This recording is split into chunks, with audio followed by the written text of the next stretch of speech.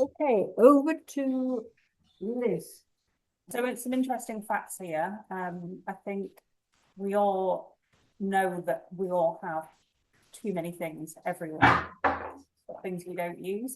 Some of these statistics, though, still shock me, particularly the 300,000 items, the average UK household. I just think that is ridiculous as a number, 300,000 items. But if you start just standing in your kitchen, which has a lot of things, and just literally count everything within a couple of cupboards, you can already be touching 100. So there is somebody that is highly minimal in Japan, an influencer, and he has about 125 items. And I was like, oh, I think I've only probably got about 125 items. Oh no, I'm not 300,000, but 125 is a really small amount. And I think we can appreciate some of these statistics quite easily. And obviously, with buying online, people are now buying a lot more. Compared to 15 years ago, the average person owning 60% more clothes does not surprise me because of people buying online, fast fashion, and those two things combined in itself is just making such a difference to the amount that people buy. And obviously, we're here as AWOC members, but actually, the final statistic on there, by the age of 13, the average child will own enough toys to fill 34 wheelie bins. Makes me feel personally physically sick. That is just, again, visualizing 34 wheelie bins is absolutely ridiculous. So I'm AWOC myself. I live alone. I don't have children out of choice. And I did, however, work with children for most of my career and most of my life. And from a very young age, I actually didn't feel I wanted children. However, education was something I wanted to do. So straight away, as kind of an early teen, I was working in a church setting, working at Sunday schools, helping out and so on. I then went to be a teacher. So I was a teacher in York for 24 years. That first picture there, some people with me will recognise as Manor School in York. And I was head of languages there for 16 years in my 24 teaching career, which was all in York. Loved working with young people, but started to feel constrained by the education system. Lots of things within it I didn't agree with. And I think part of my choice of not having children is the not conforming. I'm not really somebody that does conform, or maybe I'm the person that questions things. Why are we doing something that we feel we should? So after 24 years in teaching, something that I'd been doing really since a young age, helping people and helping people declutter. My mum's a hoarder. So when I was small, I used to escape to my bedroom and tidy my bedroom and organise my bedroom because the rest of the house wasn't like that. So I'd been doing it all my life, but didn't realise actually it was just a natural thing for me to do. When I was teaching, I was decluttering, particularly during COVID, going into parts of the school. I started to declutter other members of staff classrooms, started to do the whole school, took outside of the school to the outbuildings in school and so on. So it's something I've always wanted to do. And 2 years ago, I took the plunge, and not having children means, like you referred to, Sue, you're not anchored so much. You can kind of take risks maybe a little bit more about having to think about the impact on other people. So I left teaching and set up my own business as a home organizer, bit of a strange name, but it's quite a niche thing. So it's something that people need. And my client base is very much based around lots of those things at the bottom I put there. So many of my clients live alone. Some of my clients are male. I do have clients within the family setting as well, but the majority of my clients are female, often widowed, haven't had children, don't have that family setting, find themselves in a house that they shared with their late husband or partner. And I have all this stuff now. Why have I got all of this stuff? And I don't want to be sexist, but it's often men that seem to like collecting things, or maybe it's men that have hobbies that require every single part of that thing. So yeah, a lot of the different people I work with fit under definitely the AWOC that either have chosen not to have children, couldn't have children, or actually have children that live much further away in different countries. So I think thinking about, do we have clutter? I often think I don't have clutter, but what is clutter? It's things we don't actually need. or we hardly ever use. Sometimes it's not stuff that, and again, another word for it is basically stuff.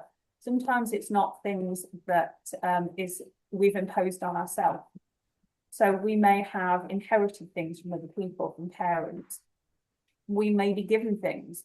So people might give us gifts and we think, I have my eldest client is 92 and I think she had 104 Christmas cards this year and the gifts that went alongside it. And she's, how am I supposed to eat all of these things? And nobody knows what to give somebody that's 92 because what do you need when you're 92? You don't need all of these extra things, but you take them out of obligation and you feel guilty. And we live in kind of in this country in a very particular way, and that we tend to live in houses. I live in a house that's way too big for me. So does my mum, who lives alone. So do so many people that I know that, we have these big properties. We have a garage, we have an attic, we have space. So what do? We have the space, we fill it. And it's easy enough to do that and not really think about it. And then it just accumulates. And it's like, how have I got all of this stuff? I look at some of my things and think, why have I got a snow shovel? When did I actually buy this snow shovel? When am I going to need it? Probably never, but everyone has one. And we buy things and then we think, oh, I might need it one day, or we're reluctant to get rid of things. So boiling it basically down, clutter is literally having things that we don't really need, or multiples of things, multiple things of the same item, and things that are the things that we keep for best, which is a classic thing. I'm going to keep it for best. Oh, it's too good. I don't want to use it. I'm going to keep it, or I might need it one day. Is the classic comment that I hear all the time from people. What I've started to realize is actually the impact of clutter, though, and I noticed this with clients that I've worked with through the last 2 years. So I have clients where I can see very quickly that actually when we start moving things, it's quite easy to see that I go into people's properties and I think, oh, it doesn't look dirty, it doesn't look unclean, it doesn't smell unclean. Yes, there's a lot of stuff, but then when these piles haven't been moved for a long time, what you then realize is that they gather dust. And the minute you start working through things, you start to realize that that dust suddenly moves. So the air quality often is an impact of having clutter. The thing about eating habits is an interesting one. So if somebody's kitchen is kind of cluttered and they can't get to the work surfaces, they'll say, oh, it's just easier. I'll just, not eat properly or have a snack, not prepare a meal. And actually, when you live by yourself, that's also a reason maybe to think, oh, I won't bother cooking next week, no point cooking for one.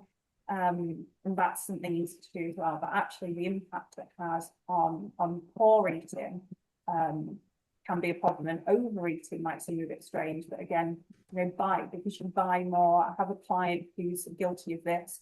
She'll say, I've got my kitchen full, but I can't bother cooking. And so I'll order a takeaway and it's way too much for me. But I use it as a comfort thing. So I'll overeat and eat all of this food that I know is not right for me and wrong, but it's easier than cooking something. And I can't face going in the kitchen. When I was teaching, my classroom was known for being super tidy and super organised. And I didn't really think at the time how this really helped my students learn and actually achieve a lot more and be really productive. And actually, when I was teaching, the headmaster used to say, I don't understand, Liz, how you are so efficient and get so much done. I used to joke that I'm half German. But actually, the fact that I knew where everything was, whether it was at school, at work, or at home, meant I was just really quick to start a task. Or I may go into work and bake something, and the head teacher would say, I don't understand how you have so much time. You must never sleep. I'm like, I sleep 8 hours, thank you very much. And actually, I realized that being organized, it kind of makes sense. Being organized means you know where everything is.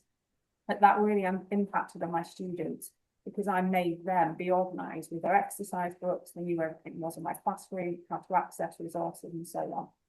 So you are more productive when you're in an organized and calm space. And that is really the thing, the sense of calm. I have a client who, when I first started to work with them, said, one thing I want you to do straight away is tidy our bedside cabinet. I'm like, okay, absolutely fine. It's making me feel restless. I think it's impacting on my sleep. And I said, and what about your wife's bedside table? Oh, she's not bothered, just tidy mine. And then I was intrigued by this whole concept of kind of two very different people living in the same house. He's the tidy one, she's not. And they have a very, very busy work life. And they're my youngest clients, in fact, who are in their early 30s. And I go to them regularly. And actually, her bedside table is an absolute mess. I have tidied it now because I just couldn't resist. I don't think she's noticed, and she says she sleeps brilliantly. It was interesting, the difference there. But it does definitely, being in a calm, I come back to this a calm environment. The last two link in, so it's really sad when people say to me, I've not had anyone come to my house because I'm embarrassed. I'm embarrassed by the mess. I'm embarrassed that I don't want people coming to see me. My mum has this. My mum today had a visitor, and I'm not exaggerating. It's the first person that she's had in her house where she moved in 5 years ago, in probably about 2 years. And she was so anxious this morning. She was sending me a message saying, someone's coming around. I'm so anxious. I'm like, it's going to be awful. And she's embarrassed and stressed and has anxiety through somebody coming to see how she lives. And what she thinks is a mess actually isn't a mess. But it's that impact that she has, because she thinks that the way she lives and the way she is a hoarder doesn't want to allow people in. And that then makes her lonely. She often says to me that she's lonely. And part of that is that she doesn't want people coming to her, because she doesn't want them to see how she lives, which is very sad. And that's her own perception. But actually, clutter does have an impact in all those ways. And I've seen that and experienced that myself. I am very tidy. I have some of these things as well. So actually, loneliness, I live alone, but I don't like people coming to my house because I have OCD. So I'm concerned that they're going to say the opposite end. Why are you so tidy? Why? And you know, I think we all make things, have perception of how other people perceive things, which is often very different to our own. So decluttering is really difficult. My mum moved to Lincolnshire 5 years ago. She lived in the same house for 40 years, the house I grew up in. She was widowed quite early, in her early 50s, and then the 3 children she had moved out, and she kept all of the stuff in the garage, in the loft, the typical thing that we do. And 5 years ago she moved, and then she had to get rid of all of these things, and it was absolutely full. You know, 40 years of being in the same house. She didn't work, she was at home all the time, and one of her things was buying things in charity shops. And I think that's another thing that we can do. Say, you know, I'm buying it for charity, then it's good for the charity. So my mum managed to downsize and got rid of a lot of things 5 years ago, but she's refilled her house with charity shop things and things that she bought again. And they're not really things she needs. So clutter is basically things we don't need. It's things we buy because we like them. She's a pure example of that, because it's just knickknacks. It's what I would call knickknacks, but she likes them. They make her house feel homely. So I go to see my mum in Lincolnshire every 5 weeks, and every 5 weeks I help her declutter yet again. And I was doing some with her last week, and actually all of these things emotionally charge and a sense of guilt and the overwhelm I experienced with her. I find it really, really difficult to declutter with her. I spent about half an hour with her, and that for me was, for me helping her, overwhelming, tiring, because it's that reluctance she had. So it's not as simple as getting rid of things. It's this having to make multiple decisions, which is absolutely exhausting. So all we did was one cupboard. It had bedding that she'd not used in 5 years that she brought with her, even though she got rid of a lot of bedding. it was some clothes that she brought with her that actually she said, oh, I probably don't fit in them anymore. I've not worn them for 5 years. Things that she used to wear just if she went on holiday.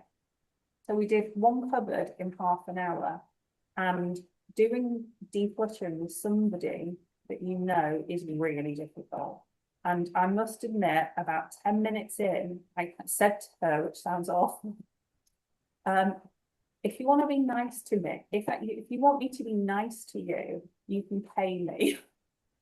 Because I was actually being quite blunt and brutal with her.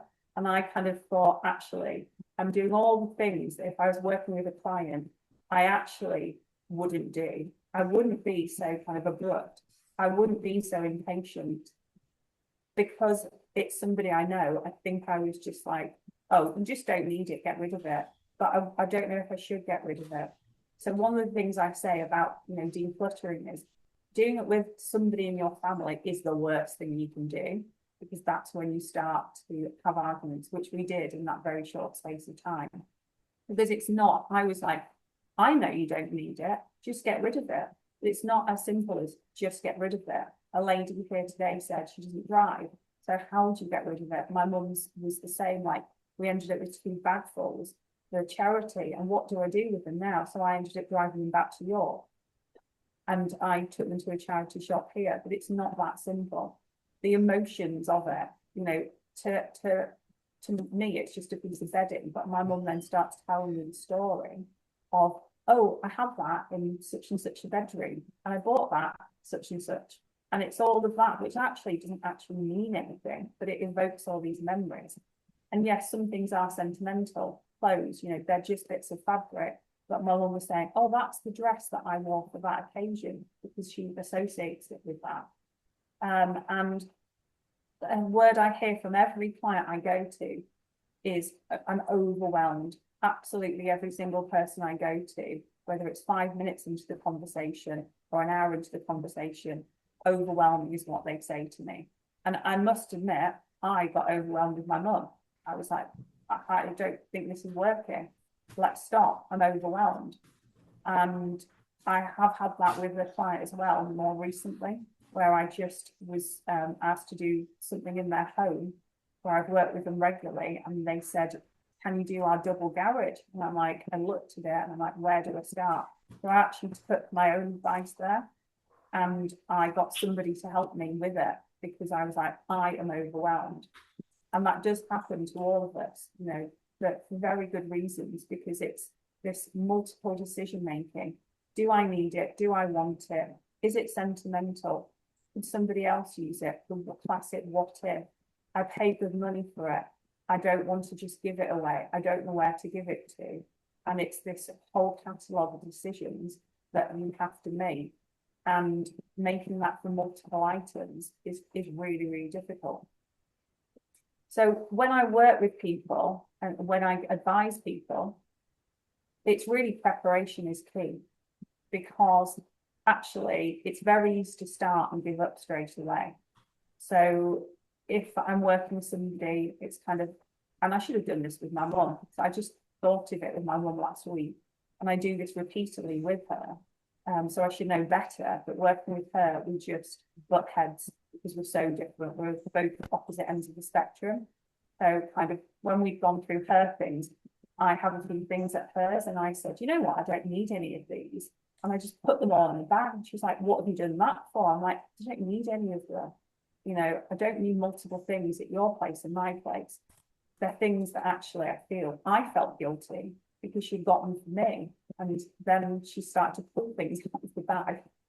So actually what we should have done is just started really slowly and talk through things more and being organised. The irony of it is, how do you declutter? Part of it is actually the preparation of the organisation beforehand. When I work with somebody, they'll often say to me, for example, the double garage, let's do a big space. I want you to do a double garage. I want you to do the whole lot. And I have had a client who was so determined to do that, that I spent one weekend in the winter doing the whole double garage. They were on a mission and they wanted to do it, and we did it. But generally I say to somebody, start small, the bedside cabinet, start. So decide where you're going to start and have a system. Like anything, it's having a system. So it's that thinking you need space to move. So if you've got the ability to move things and have a space to move things, it's brilliant. I often say working in a big open space in a room is great. I often work in a circle with people. I often work on the floor with people on a big part of outside space if the weather's okay, or a carpet or a table. Big space is obviously great, and then having categories on that. So I'm definitely, it's broken. Okay, I'm getting bags out ready. I'm getting a bin bag and a box, and it's all those things which seem really obvious. But actually, once you're in that mindset of I want to declutter, you kind of go, right, that's it, I'm starting. And that's when people often fail because they've not done the preparation of, right, where am I actually going to do this? How am I going to do it? When I've organised the things into, I want to keep it, it needs to be recycled. I want to donate it, I want to put it away for a later time. If you don't have boxes or methods to do that and labelling to do that, it's very easy to suddenly say, oh, I've had enough. I'm too tired. It's making more of a mess. And that's what often happens. You can feel like you've created more of a mess than actually achieved anything. So, I mean, categorizing is the obvious thing. And people often talk about decluttering a room. So I'm going to do such and such a room. Seems a logical way to do it. And that might work in your home if your rooms already have the things you'd expect to be in there. What I've realized working with people is that people don't necessarily keep their underwear in their bedroom, in a wardrobe, which might sound a little bit bizarre to you. But where people, I find it interesting when people, for example, keep their medication, because often people will say, well, my medication is in the bathroom, but some people keep it in the kitchen, and some people keep it in a different room. So some people have things scattered all over the place, and that's fine if it works for them, but generally it doesn't. So in terms of kind of where to work, sometimes it's just literally getting together all of your books, all of your photos. I was working with somebody last week who we were working through her sentimental boxes, and she had them in what I felt was a place in the house where it was the spare bedroom. It was in the wardrobe. She had them all piled up, and she didn't really ever look at them, but every now and then she put something else into them. And I thought that was a strange place to put them. Then she said, oh, I've also got, there was a few photos, and then she said, I've also got photos downstairs in another room. I'm like, well, I put that actually with the photos, because to me, they're all sentimental things. But I think we often get clutter blind. So, or, you know, we're so used to things being in a place that we don't question why is it there. So it's that having to kind of think about why. I mean, our kitchen to most people is obvious if you think what's in people's kitchens. Well, I honestly have got 2 clients who kept their underwear in the kitchen, and they probably wouldn't like me saying that. And I thought, yeah, I should put my underwear in the kitchen. Maybe that's a logical place. And to them, it was just normal. And that's where they kept it, and that's what they're used to. But actually, you know, if you have multiple spaces and multiple rooms, you might have things in space that you think, why on earth have I got that there? And that classic kitchen drawer that just has all those bits in, there's nowhere else to put them, but we've got a drawer in the kitchen, or put them in the kitchen. So we just put them all in there, and it's absolutely fine. And of course, garages, you know, what's in the typical garage? Often kitchen cupboards that are the old ones, but you don't want to get rid of them, so might be useful. So let's put them in the garage. It's a classic. The snow shovel, even I have one of those. And every time I think, what else can I get rid of? I think snow shovel, but it's big, it's bulky. What do I do with it? So I keep it because I've got the space to keep it. So actually, decluttering is so personal to each person. And the things I've done in terms of decluttering with different clients is so varied and so different. So I might work with somebody once and do a one-off, and I'll do all of their paperwork. So a client who had her late parents' paperwork to deal with, and she didn't want to look at it because it was too emotional. She didn't want to deal with it because she didn't know what she needed to keep. I did that for her, and that was a one-off, and that's all she needed. The rest of her flat, there was nothing I could have done. If anything, it sounds weird, I wanted to put things into it because it was so minimal that this was part of her preparing things, and people were talking about that you don't want to leave it for somebody else to deal with. This was part of her preparing for things, but this was one aspect that although she could do all the rest of that herself, and she had the bare minimum of what she really needed, she would kind of rival this guy that was saying about 125 things. But there was this big pile of paperwork that she just could not touch and could not do herself.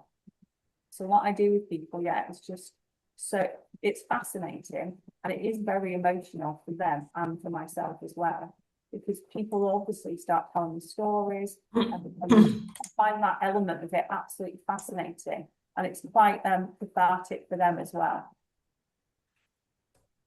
One of my favourite things about home organising programmes, of which, you know, it's quite on trend to, you know, sort your life out, put everything into a warehouse. I don't have one of those, or an air hanger, and basically categorise everything, which is great. You know, that show is wonderful if you actually had a team, a crew, and that massive space where they take every single thing out of the house, put it into categories very quickly, and actually too quickly, because they're making people make decisions they may, you know, regret later on, and then putting it all back. But storage isn't really a solution, and lots of people think, if I buy the right container, and if I have the right Tupperware, and if I have the right container to put things, that actually is the solution. But from experience, that first picture there is a client whose garage, different double garage, she'd spent, I'm not exaggerating, I worked out, it was touching £2,000 I hear on these quite big boxes, and she'd labelled them all, and it all looked absolutely fantastic, except none of it was actually what was labelled. So when we took the lids off and it said books, she was like, yeah, it's got a book in, but I don't really know what the rest is. So her solution during a really stressful part of her life, through different things happening all at once, was she bought all these pretty storage containers that made her happy from the outside, and then she would literally just scoop stuff into them and put them in the garage, and scoop stuff into them and put them in the garage. And so I look very happy there, but what's behind, what's in the boxes actually is not what the labels say. So stage one was actually, because she'd just been throwing stuff in the garage, was actually just to be able to get to the boxes. So me being able to stand there and get to the boxes was stage one. Stage two was actually taking each box and sorting them out. The next picture is again a typical somebody who had lots of paperwork that just kept buying lovely little pretty boxes. And the filing cabinet, my pet hate the filing cabinet, where it's all great because you can fit loads in, but you don't really need it. And the picture below shows where I've managed to get all of her paperwork going back to 1952 into 5 folders, which I presented to her just before Christmas, not last year, the year before. And she said, "You've made my Christmas. This is the best present anyone could give me," because it was just what she needed and nothing else. The final 2 pictures, or 3 pictures, is actually the same client who was having a baby. Interesting, talking, you know, about AWOC. I think she thought that 9 months was about 9 years. And I went and did her kitchen. I made her kitchen drawer look lovely, which is that first before and after picture. And then she realised that actually there was more important things than maybe the kitchen, or the kitchen is where we started, and decluttered the kitchen. I didn't like to say, yeah, and that where's all the baby stuff that can have to put into there, but fine. Then we did the nursery, which looked lovely. But then she basically realised that 9 months had gone. She also had the baby early, and then she bought a storage unit and threw everything in panic into the storage unit, which is the final picture, which I did go, and there's one time, and the only time so far, that I've said, just buy some storage boxes.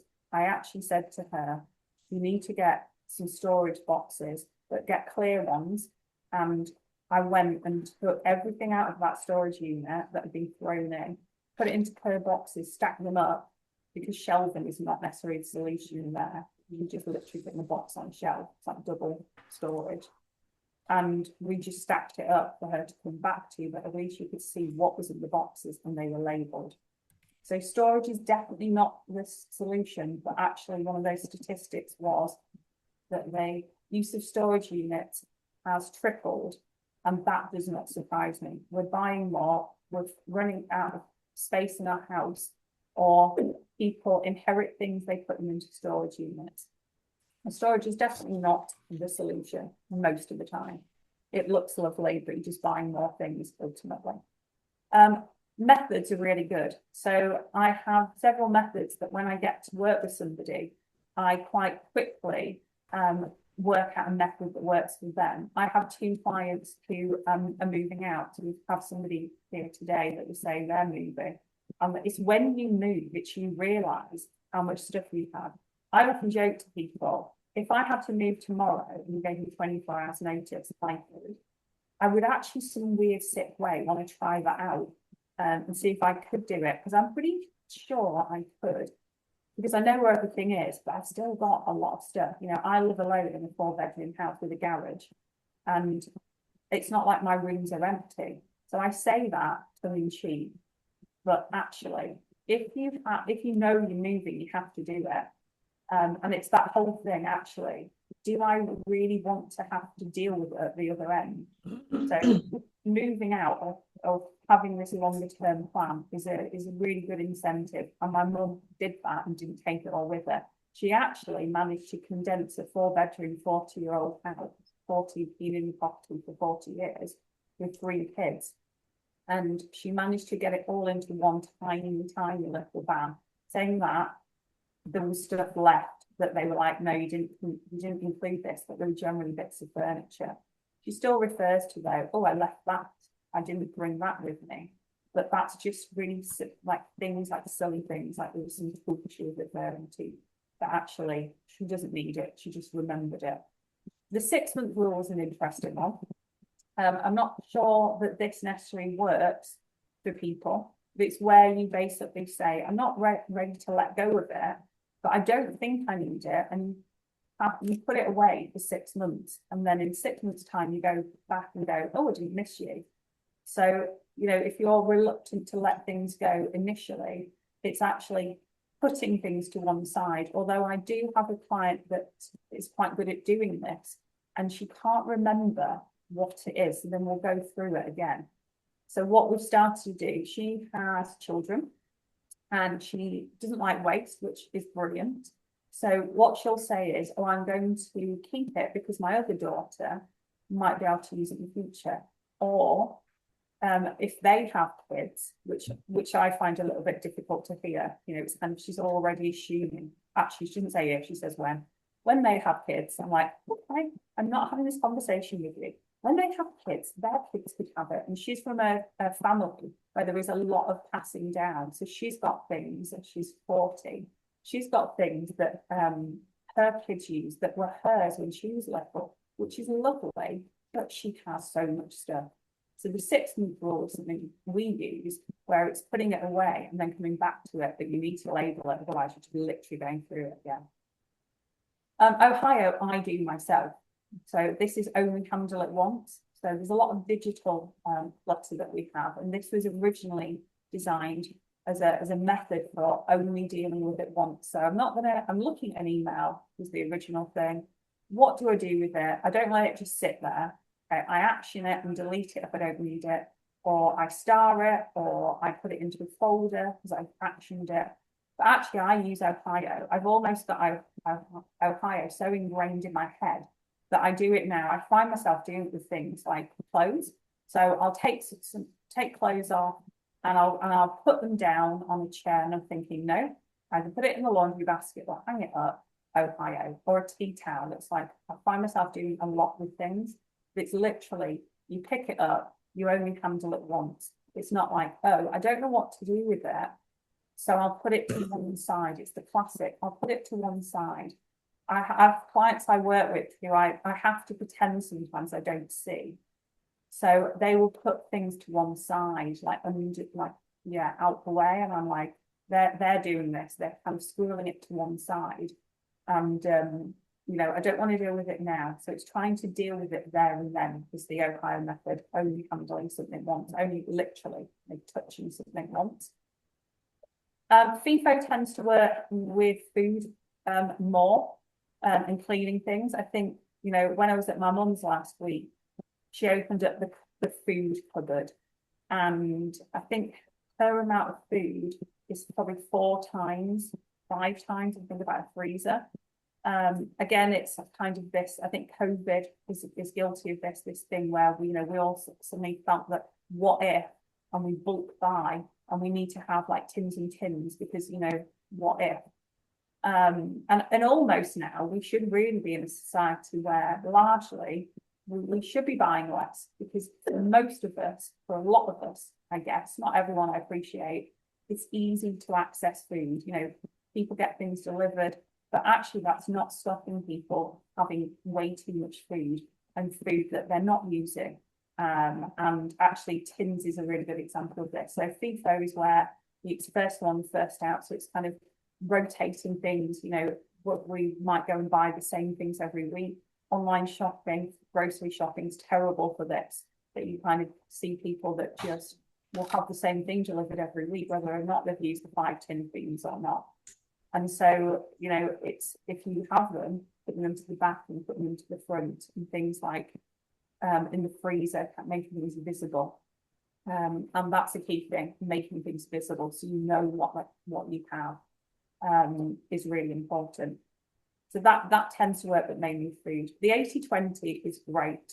So I've tried, that's my mum's t-shirt, she never wears that, but they're all beautifully organised. So a few months ago, she went somewhere and left me alone in the house. Very dangerous, leaving me in her house. She's lucky to come back and it's not empty.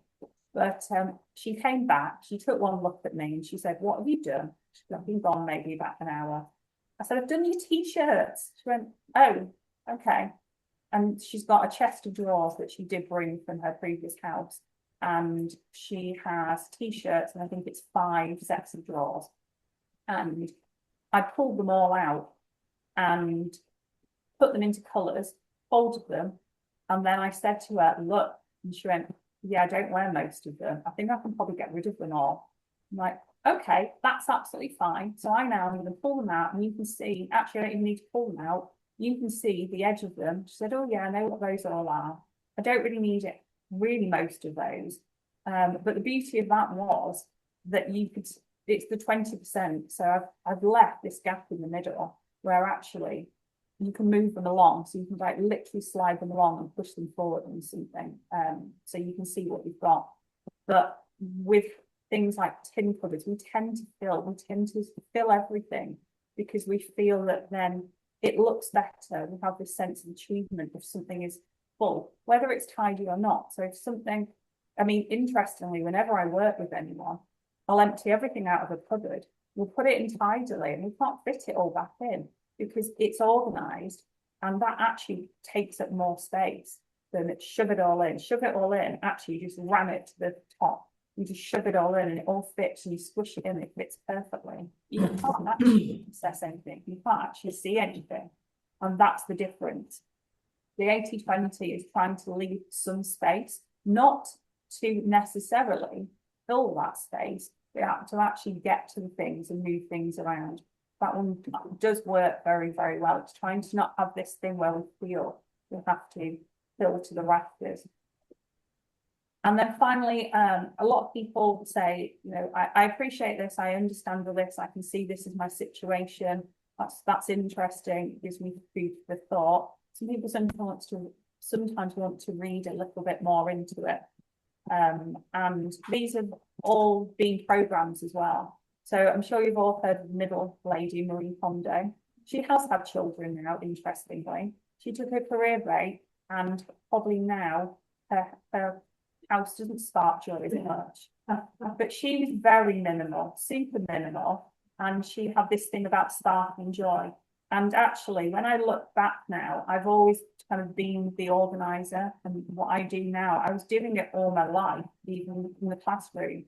Kids knew what I was like. So I remember them saying to me once, when Marie Kondo was like the thing that people used to watch on TV maybe 10 or more years ago. Kids would literally say to me, like, Miss, does it spark joy? I'm like, no, it doesn't spark joy. It was like a joke with me. And she was literally, it needs to make you happy, but that doesn't really work with a spatula or a wooden spoon, does it? But she was all very much about image and everything looking beautiful. And I think now she's had children, things don't necessarily spark joy. So it'd be interesting if she writes another book or produces another series, what her take will now be on that. Because obviously, 34 wheelie bins and not of toys don't necessarily spark joy. And I do have clients with children, and I have a client I go to every week, and I can't help myself that week I have to put all the toys of this particular thing. It's a really cute little wooden ice cream set that I think the child never plays with, just throws around, and every week I put it back, knowing that that spark joy in me, it's beautiful, but it's going to be completely falling apart the next week. So yeah, Marie Kondo, it'd be interesting to see what sparking joy is there now. The first one, I've watched the series and cried through every episode. And when I work with clients, I cry with clients pretty much every time, because it is emotional. It's emotionally charged. But it's the concept that a lot of us now are thinking about, and a lot of people in their 40s. There's a big following of people now of Swedish death cleaning, which by its name is, it's a program, a series. Somebody wrote it, Swedish lady, and it's this concept of preparing so nobody else has to deal with your stuff because it's your stuff. And this is the thing that we think, what if they want it?